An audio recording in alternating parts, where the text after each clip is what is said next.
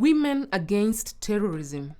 With terrorism and extremism taking a heavy toll on communities in Africa in recent years, there is need to involve women in the fight against these evils. The fight against terrorism does not require only the interventions of heads of states. Women are needed to play their part and must be key actors in efforts to stop terrorism. Women whose partners have joined terror groups are often left helpless and vulnerable to other opportunistic vices. Some of these women are forced to join their lovers in terror groups, while others choose illegal activities in order to provide for their families. Women who have lost their children to terror groups spend their lives traumatized by the fact that their children are exposed to dangers far away from home. The terror group's successful recruitment lies in part by exploiting local grievances of young people who face extremely high levels of poverty and unemployment. Despite efforts by the government to counter extremist ideology by reaching out to community and religious leaders, terror group recruitment has exploded. Terrorism not only destroys lives, human dignity, property, but also destabilizes governments, weakens the social fabric of communities as well as that of civil society. It causes forced displacement, harms the environment and socioeconomic development, and is a grave threat to international peace, security, and stability. Everyone in the society has a role to play, with the most important role being curtailing terrorism at the radicalization and recruitment stage. Women can make a unique and valuable contribution to countering terrorism and violent extremism.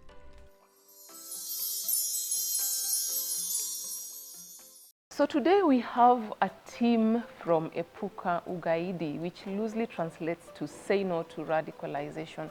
They are doing great initiatives to prevent extremism, especially among the youth. I am going to ask them to introduce themselves. How are you feeling, ladies?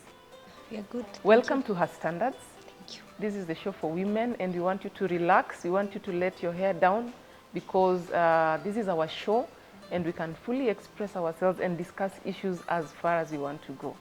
Sawa sawa. So I'm going to ask my guest right from the extreme right. Tell us who you are, what you do, even if it is not related to Epuka Ugaidi. What is your impact and contribution to the society? Wewe ni mtu unafanya kazi gani? Wewe unaweza kuwa ni mama, unaweza kuwa wewe ni community worker, whatever it is. Just tell us what you do, but above all, tell us one thing that you're grateful for. Ile ambayo uliamka asubuhi ukasema, I am very happy that today I woke up and I'm able to do this. So let's start with you. Thank you so much. My name is Rehema Zaid Obui. I'm the programs manager for a local CSO called Integrated Initiatives for Community Empowerment. I also double up as a Youth Advisory Council for United States Institute of Peace. I'm very humbled to be here, and I would say we are a partner to Epuka Ugaidi in terms of my advisory role at the Youth Council. And one of the things that I'm proud of is being a mother and being able to influence the lives of youth and women in the communities.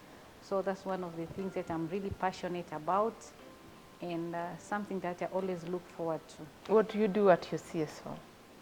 Actually, what I do is I play an implementation role to support both the national and the county government in the implementation of the county action plans, and also work closely not only with the Epuka Ugaidi but with other CSOs, and mostly in terms of interpreting policy and also supporting implementation of CVE programs. When I say CVE programs, counterterrorism programs at the grassroots level.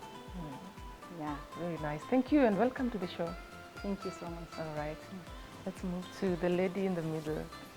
You're My- looking very nice. Thank you so much. My name is Hana Mokami Kirato.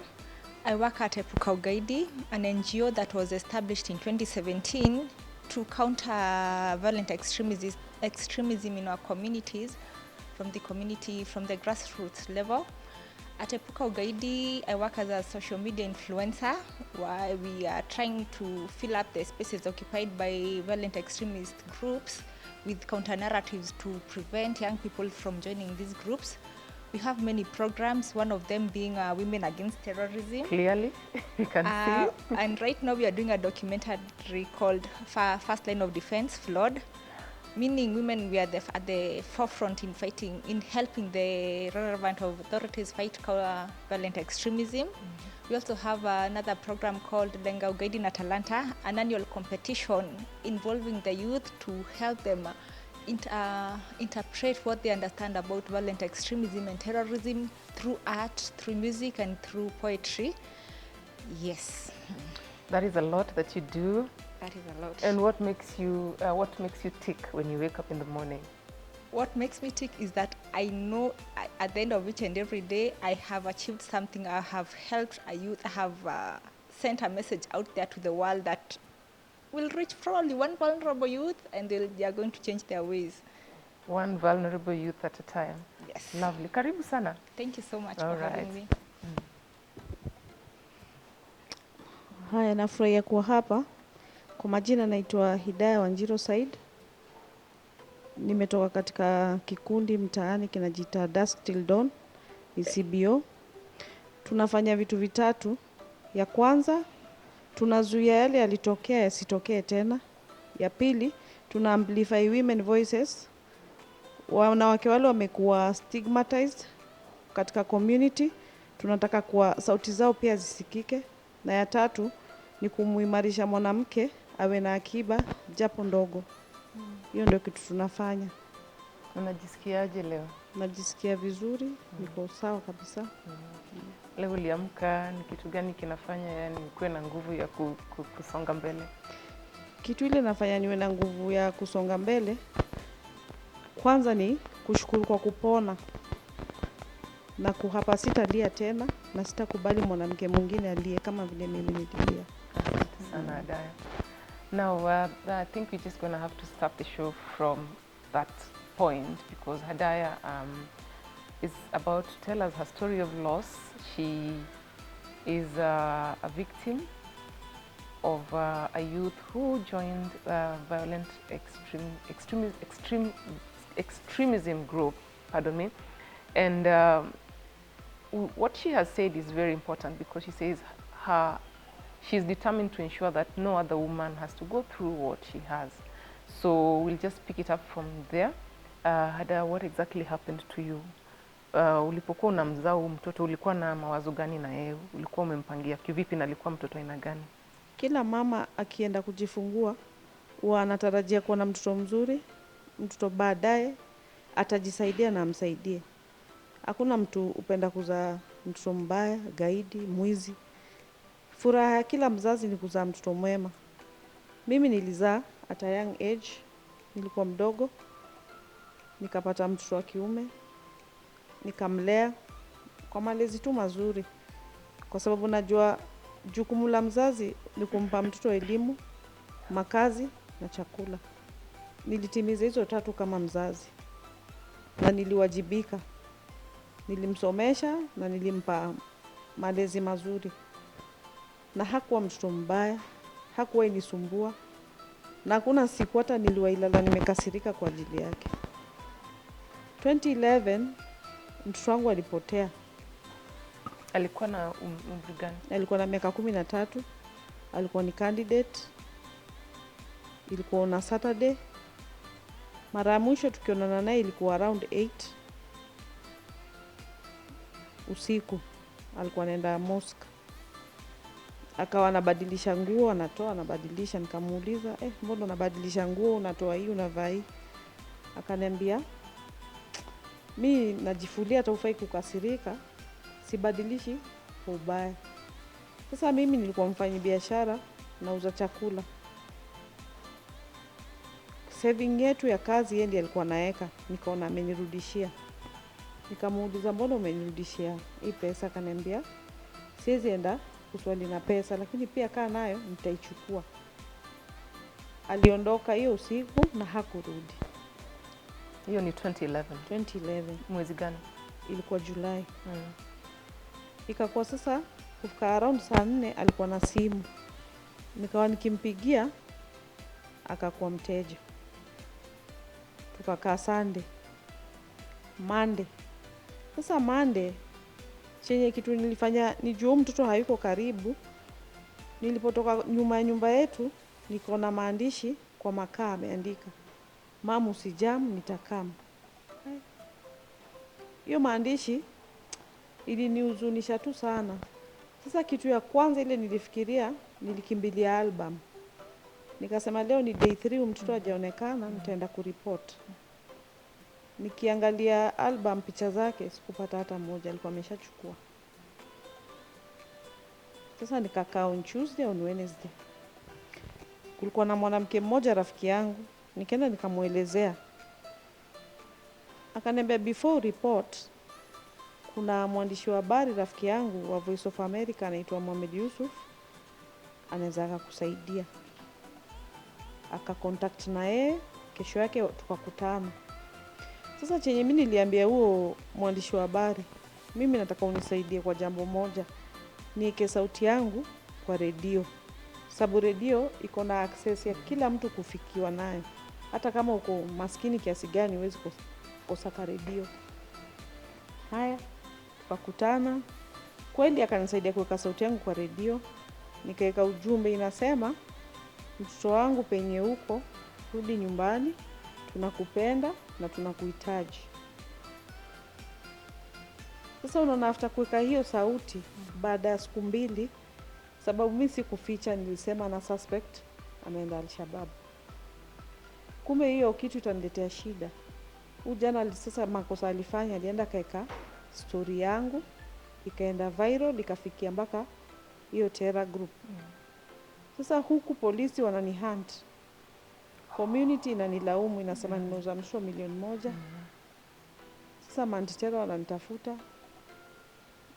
Napata threats kutoka kwa hiyo terror group. Ikaendelea kwa muda, pia maisha yangu imekuwa sasa ngumu. Siwezi kukuwa na kitu kama simu, siwezi fungua ile kazi yangu tena, na hantiwa huku na huku. Ulifanyaje?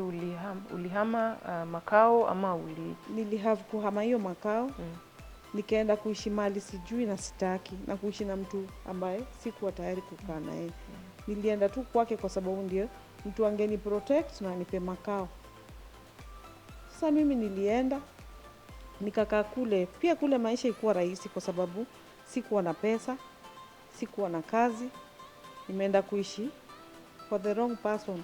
Hana imani na mimi, ananipiga, ananitesa, lakini hakuna penye naweza enda. Hata nipitie shida kiasi gani, narudi tu pale. Sasa mtu mwenyewe pia alikuwa mlevi, mkorofi. Kuna saa anaweza kuja anaanza kukuchapa bure, hujakula chochote. Nakimbia, nalala kwa kanisa kama ni usiku. Asubuhi narudi tena pale. Sasa nilikaa pale kama miaka 2. Nikaona mateso pia imezidi. Sasa kuna siku tu niliamka nikaamua, enough is enough. Nitarudi kule nilikuwa. Kama ni hiyo terror group wacha nichukue, na kama ni jela niko tayari kuenda. Sasa mimi niliamua kurudi. Sasa unaona nikirudi already mimi ni mjamzito. Nikapitia tu ugumu sababu nimepoteza pia makao. Nilikuwa nimeacha watoto wangu 2 pia. Hawakuwa na maisha mazuri. Uliwachana nani? Niliwaacha kwetu kwa mama. Kwa mama. Bila hata kumwambia pia kwa heri. Sababu ilifika pahali siamini mtu yoyote. Naona hata nikikaa na huyu atanitania hivi. Sasa nilihave pia wao waache. So umeona nimerudi tena. Kule nilitoka. Sina makao. Sina yani kitu yoyote ile ningejisustain nayo kimaisha. Na bado hujapata ujumbe wowote kuhusu mtoto wako? Sijapata ujumbe wowote kwa sababu sina hata simu. Huyo alikuwa ni firstborn wako? Sasa baada kama wiki moja nikapata simu. Kupata simu nilimaliza muda kama wa siku 3 ndio mtoto mwenyewe akaanza kunipigia simu. Mara ya kwanza akapiga simu akaniambia niko safe. Lakini nikisikia ile sauti imebadilika, hata simjui tena. Tunaona ametoka kwa ile age ya utoto, sasa amefika mwaka kama 15. Nikamuuliza, we ni nani? Akaniambia, kwani hujui sauti yangu? Mimi ni fulani. Nikamwambia, lakini sauti imebadilika. Akaniambia, nimekuwa hata mkubwa. Nikamuuliza, kwa nini ulienda? Akaniambia, kwanza ile kitu imefanya nikupigie hii simu ni kukuambia unisamehe sana. Mimi nilikuwa nakupenda sana na nilikuahidi sitawahi kukuacha. Nisamehe, sijui ni nini ilinishika. Mimi nikaenda. Mimi nikamwambia nimekusamehea. Sasa tuliendelea hivyo kuwasiliana na nipigia tunaongea. Ndio kufika 2014 December, ilikuwa ni Boxing Day after Christmas. Nikaletewa simu. 2014 inamaanisha alikuwa na umri gani? Amefika 17. Alikuwa 17 Sasa hapo nililetewa simu. Nikaambiwa hii simu itapigwa, ikae hapo na receive. Kuna vijana wawili waliniletea hiyo simu. Sasa hiyo simu ilikaa pale, kweli ikapigwa, nikachukua, receive. Nikiongea na rafiki yake ambaye alimjoin huko baadaye. Ndo akaniambia kijana amekufa. Nikamuuliza amekufaje? Alikuwa mgonjwa ama nini ilitokea? Akaniambia kama uliangalia kwa Al Jazeera jana, kulikuwa na attack Mogadishu. Na ndiye alifanya hiyo attack kama suicide bomber. Sasa kitu ilinisikitisha, nikamuuliza mlimzika? Akaniambia kuna kitu yenye tungezika.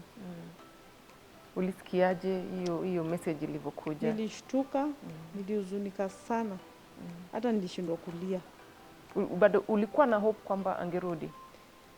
Nilikuwa natumaini atarudi kwa sababu kila mara nilikuwa namwambia arudi. Huko hakuwezi kuwa kwao. Kenya tu ndio kwao. Na nikamwambia nitafanya mikakati, hata kama ni pesa nitatafuta. Urudi wapi? Urudi nyumbani. Sababu ile ni nchi ya watu na haiwezi kuwa nchi yenu. Na zile pia vitu mnafanya kule sio sahihi. Ningependa tu urudi nyumbani. Hiyo ilikuwa ni December 2014. Siku ya Boxing Day on 26th.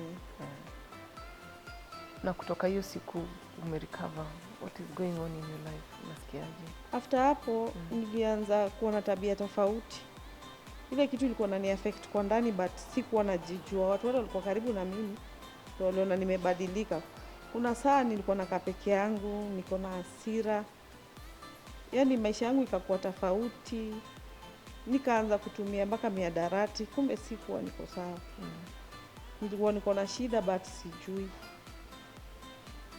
So unaona siku hiyo ungeomboleza bado ungeshikwa. Sasa ilikuwa hata mtu akikufa hamwezi mourn, unakaa. So ulijulisha jamaa? Nikamjulisha mamangu, nikamwambia. Sasa ikakuwa ni safari tena mpya, maisha ingine. Kukoparate na hiyo huzuni haikuwa rahisi. Nilienda vitu vingi sana. Nikakuwa nafanya vitu hazifai. Mpaka kuna siku tu Mungu kaniletea mwangaza, nikaanza kupata kujielewa siko sawa. Ndio nikaanza kuhudhuria hizi classes za healing, trauma healing. Lakini kuheal si rahisi. Kuheal ni kuzungumza, kushare, si kunyamaza na zile vitu zinakusumbua. Hiyo safari imekuwa ndefu, nimeenda hizo darasa, nimehudhuria, nimekuwa na share na wamama, naongea yani na watu. Mpaka ikaenda kinitoka, mpaka nikajikuta nimekuwa mtu tofauti sana.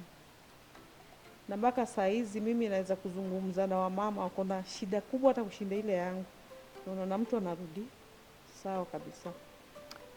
I think I want to just take a short break over there because I want to involve my other panelists because I want to understand.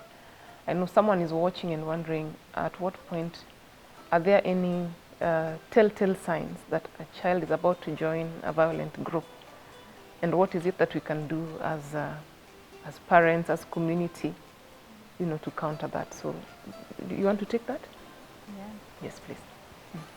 So, ningependa kuongea kwa lugha ya taifa ndio sote tusikie vizuri kama pamoja, yani tuwe tunaelewana vizuri. Ningewanasihi wazazi kuwa makini sana kwa hasa sisi kina mama, na sitasema ati jukumu lile la kina mama peke yake, lakini mara nyingi mama ule ukaribu wa mama na watoto wake na jamii. Ukiona kuna mabadiliko fulani kwa tabia za mtoto wako, hata kama ni kitu kidogo, mama inatakana awe saa yote ni mtu ambaye anajiuliza maswali. Mamangu alikuwa akisema mama ni mtu ambaye hapumziki, wakati wowote akili yako haipumziki. So kitu ya kwanza ningesema kwa kina mama ni kujiuliza, kwa nini mtoto wangu amefanya hivi? Kwa nini jana alikuwa tabia zake ziko hivi, leo zimegeuka? Hiyo ni moja, kufuatilizia tabia za watoto. Na pili, ukaribu sana kwa kina mama kwa watoto wao. Ukaribu najua maisha kidogo yamekuwa na changamoto mingi, kina mama wako kazi, lakini mama tusiwache ulezi wetu wa watoto wetu kabisa kwa wasaidizi wetu. Tuweke ukaribu kuwaongelesha watoto ili tujue ni nini wanapitia, wako na stress, kitu gani kinawa stress. Ukiona mood yake imebadilika, tujaribu pia ikiwa sisi watu wazima tunataka ile kusaidiwa. Pengine mimi nikiwa na changamoto za mawazo, nitamuongelesha mume wangu. Pia natakana nimuonyeshe mtoto wangu, watoto wetu kuwa pia wewe kuna watu ambao unaweza kuwaongelesha, na sisi kama kina mama tusipopeana hiyo nafasi, mtu mwingine ataichukua. Acha nikukatize kidogo. Ada alisema kwa mfano mtoto wake alikuwa anabadilisha nguo, akawa ametoa picha kwenye album. So nilikuwa nataka hizo specific tuseme change of behavior, tukiona ndio hii imefanyika. Maanake tayari tunaweza kuwa tunaona, lakini hatujui ni nini hasa. So ni tabia gani hizo specifically ambazo tukiona kwenye vijana wetu tunajua hapa ni danger zone, inabidi sasa tuongee. Sijui kama unataka kuchangia?